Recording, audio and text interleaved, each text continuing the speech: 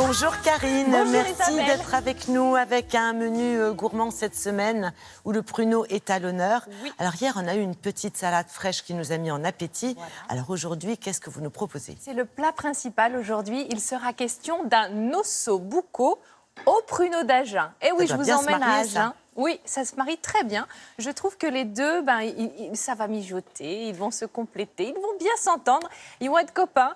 Et évidemment, on a toutes les saveurs de l'osso bucco. On va faire mijoter le jarret avec un petit peu de vin blanc, avec des aromates. Et ça va nous donner un plat, ma foi, avec une petite touche d'originalité, puisqu'on n'a pas idée forcément de mettre des pruneaux dans l'osso bucco. Et pourtant, ça se marie très bien.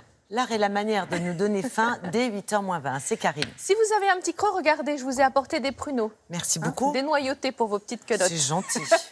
Allez, on est parti. On regarde la recette de l'osso bucco au pruneau d'Agen. Pour cela, vous aurez besoin de jarrets de veau, de tomates pelées, oignons, carottes, un bouillon cube, du vin blanc, des pruneaux d'Agen, du laurier, du thym et d'un clou de girofle. Alors, nous allons commencer avec ces jarrets.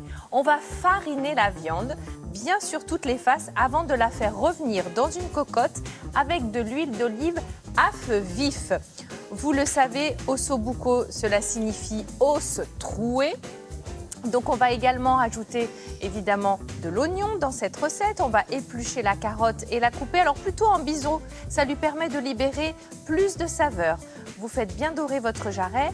Vous allez le saler, le poivrer. Alors là, j'ai mis du jarret de veau, mais on peut tout à fait faire un osso bucco avec d'autres viandes, à la dinde, à l'agneau, pourquoi pas. Finalement, on adapte aussi à son porte-monnaie, parce que Bien sûr. toutes les viandes ne sont pas évidemment au même prix. Alors on enlève la viande et puis on va mettre un petit lit d'oignon, on va remettre la viande ensuite.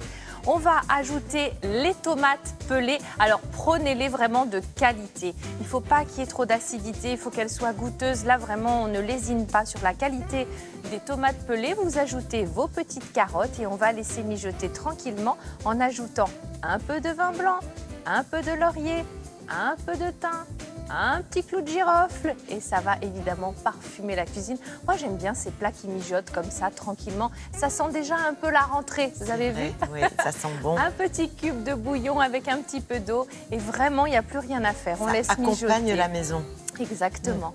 45 minutes comme ça à feu doux. Et puis ensuite, on va rajouter nos pruneaux. Alors, pour le coup, ceux-là, j'ai gardé les noyaux. J'aime bien quand je les fais mijoter comme ça, garder les noyaux. Demain, on fera une recette avec des pruneaux d'Agen dénoyautés. Ça, c'est bien pratique, j'avoue.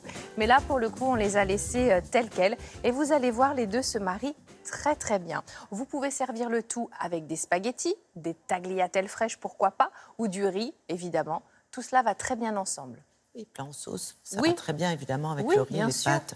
C'est en ce moment qu'on ramasse les petites prunes, hein, vous le savez, qui seront ensuite séchées et puis réhydratées pour donner oui. le pruneau On ne d'Agen. cueille pas le pruneau, on cueille la prune. Et après, on en fait un pruneau. Voilà. Voilà Isabelle, la prune dente, c'est une variété. Tout est très réglementé, vous savez, grâce Oui. à l'IGP du Absolument. pruneau d'Agen depuis 92.